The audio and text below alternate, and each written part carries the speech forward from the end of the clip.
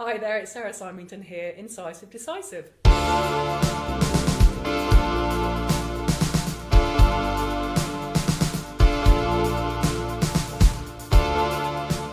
Hello and welcome to another extra episode of Incisive Decisive.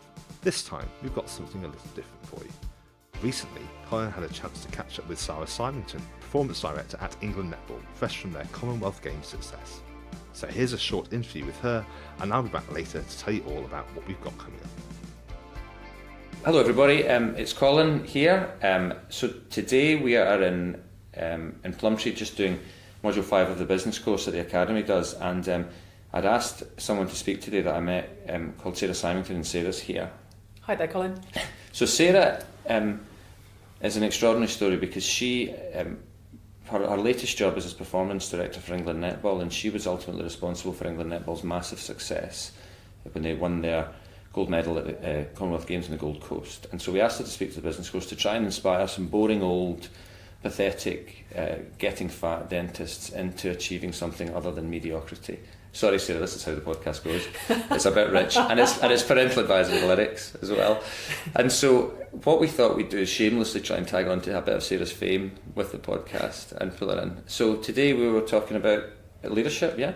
Yep. And your experiences of leadership? Yeah. And how did you think it was with the guys downstairs? How do you think they reacted?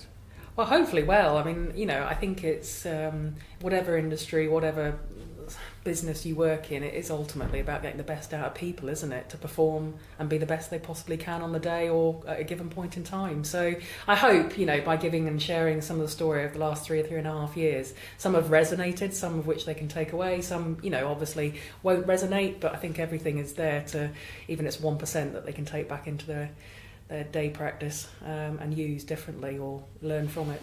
The England Netball story was massively inspiring, so I can't say that I've been a lifelong netball fan. Okay, that would be wrong.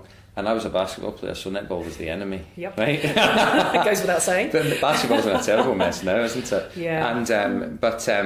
And because we chatted about this, and I knew you were going to Australia, and my kids got involved in it, and my girls were going to come and see you today actually, but the school were a bit funny about it, which is a nuisance. But the minority sport, the inspiration of that success in minority sport and how you've turned things around, everybody should search and read about, and then encourage their daughters into netball now, because it is actually such an accessible sport. Eh?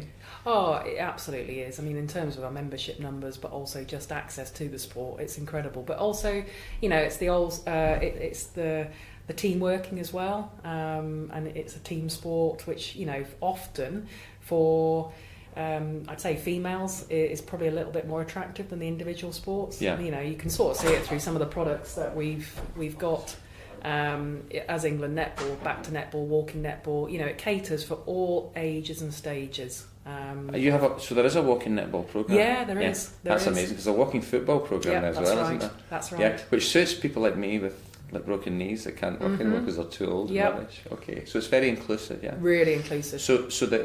So the World Championships is in 2019 in Liverpool. Yep. In April. July. Right, okay, so we need to give a big heads up for that, because I'm going to try and take my girls up to watch Awesome. that. Right. But the stuff we talked about today was basically, when we were listening to you talk today, there was such a lot of crossover from the stuff that we do, and ultimately it just comes down to, leadership is about setting an example to the people that you're trying to look after. But one of the things you talked about unconsciously, I think, is something that we've talked about in this course, which is this Sara's world. So when you went into England Netball, it was important that you made it clear what Sara's world was going to look like. Yeah. I think it goes back to two things for me. It's around standards and behaviours that are going to be accepted and not be accepted, but also alongside that, having a very, very clear plan about how you're going to execute it, why and what, and there has to be the whys and the whats that underpin that. You can't say just we're going to do this. Yeah. You've got to take people on the journey, or you've got to try and convince people to come on the journey.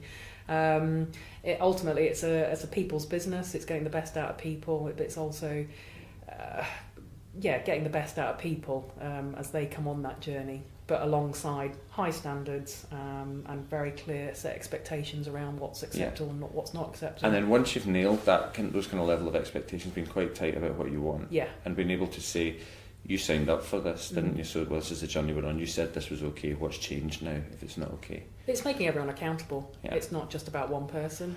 And the thing about the rewards in minority sport are so limited. Yeah. So I'm talking about financially, but also the sort of glory is short-lived, isn't it? Because news is so disposable.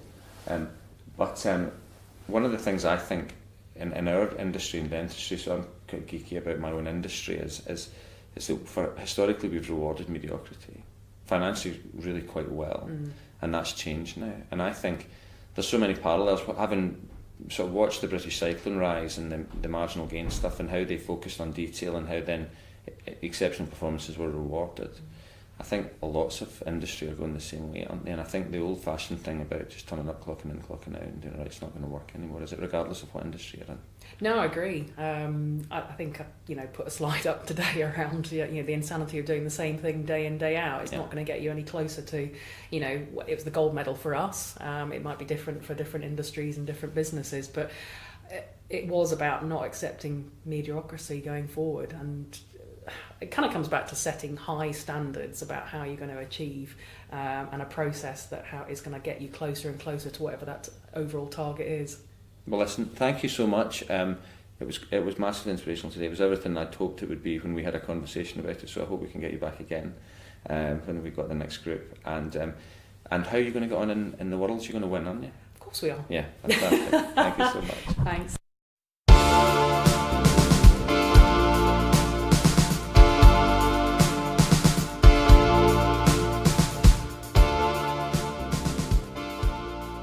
So that's Sara Symington, and you can expect more of this kind of thing from us in the near future. We've got a list of interviewees, we're trying to work our way around them all, and some of them are dentists, some of them aren't. They're just going to be really interesting to talk to. The next full episode should be with you in a week or two. In the meantime, keep in touch in the usual ways. That's on Twitter @IncisivePod, via our Facebook page, or you can email us on info@incisivedecisive.com.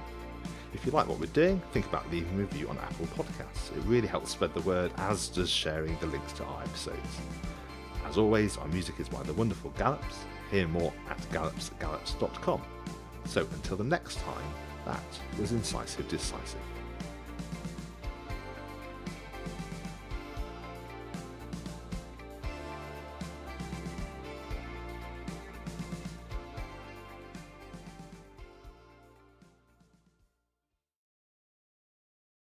Hi there, it's Sara Symington here. This is Incisive to be Decisive, I believe. No! No!